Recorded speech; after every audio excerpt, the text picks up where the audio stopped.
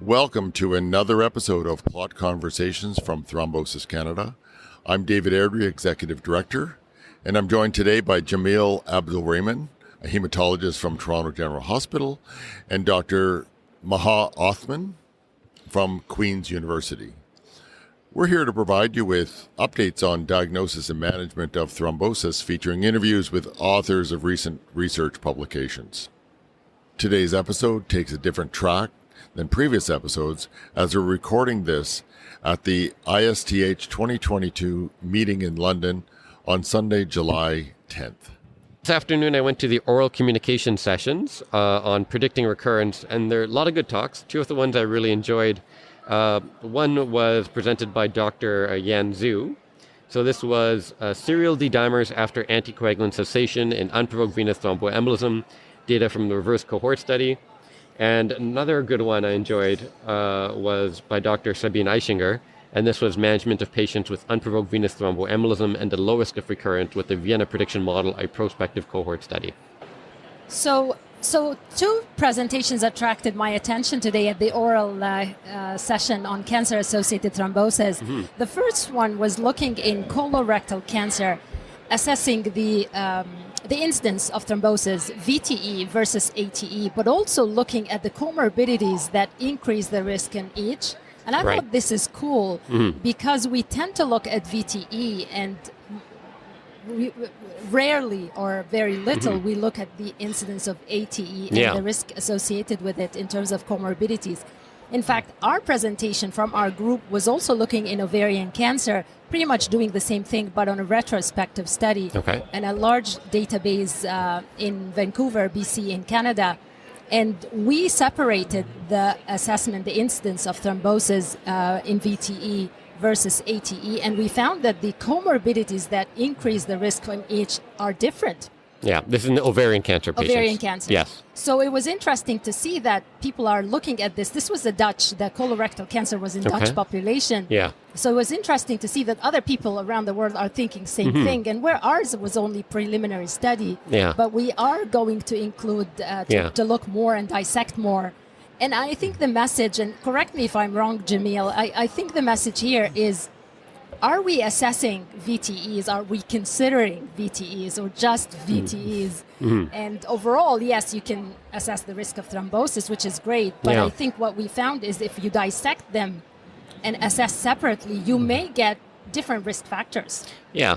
So we found, for example, in ovarian cancer that sepsis was a risk factor in both across the board. However, we found some really different ones on the ATE versus VTE. Right. So the message here is, if you separate them, if you don't separate them, you may miss out on some of the risk factor. And this is important for individualization of therapy as well, or assessment of risk at least. Yeah. Don't you think? Yeah, I think we're getting more and more information that cancer increases the risk of arterial thrombosis as well as venous thrombosis. I think we have a lot of good data on how we should treat the VTE in cancer. Right.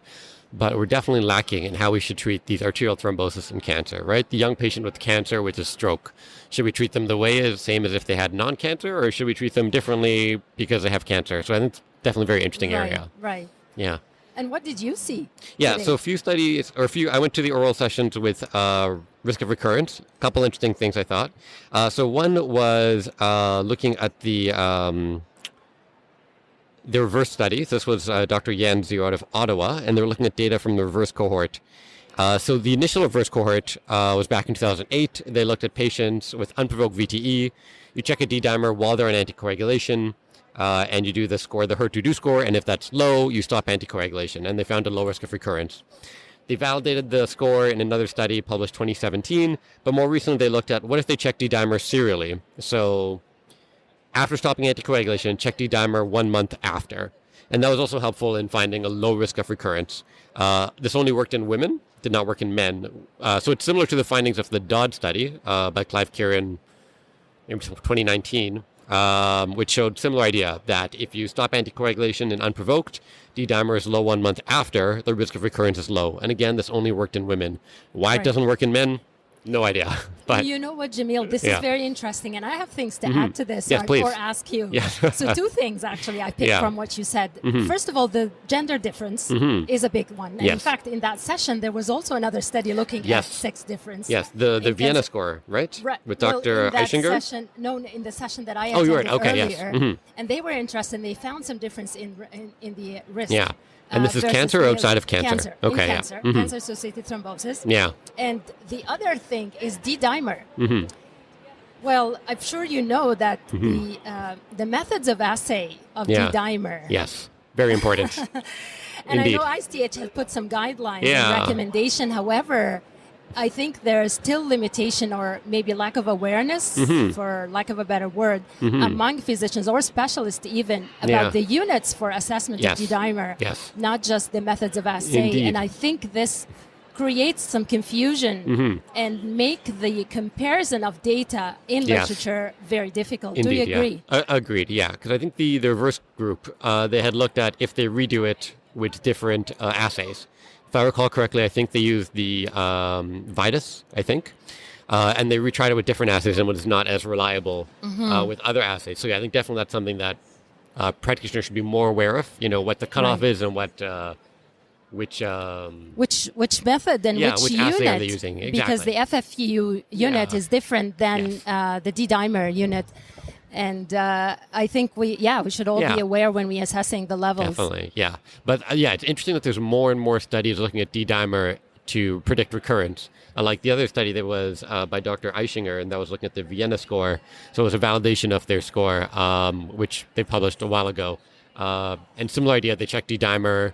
Other things, they check gender and is it proximal or distal. I don't remember the whole score. Yeah. But it also seems quite good at predicting low risk of recurrence. Right. So it's interesting that more and more scores, and now in cancer too, are using D-dimer to help predict recurrence. So it's definitely becoming a more useful tool. But you're right, it's definitely important to know the units, the assay, because what we see in one study might not translate to your specific center where you're practicing. And I think COVID-19 has taught us a lot about D-dimer, and we should know and do better with D-dimer assay now that we've lived 2-3 years doing this to assess patients with COVID. So probably applying it to other disciplines, we should do better. Definitely, yeah. I think a lot more people outside of hematology and thrombosis are a lot more aware of D-dimer now because of COVID and seeing, okay, does this predict for worsening outcomes? And should this person get more, anticoagulation? But Right. And then, as you said, the sex difference is important as well. And I think we should probably start looking carefully on probably everything. Just look in the female and assess it differently than male so that we don't miss out on things. It's nice having more tools, the DASH, the Vienna, the HER2, the DODS, that clinicians have at their disposal to help differentiate who's high risk, who's low risk, who can we stop, who can we not stop.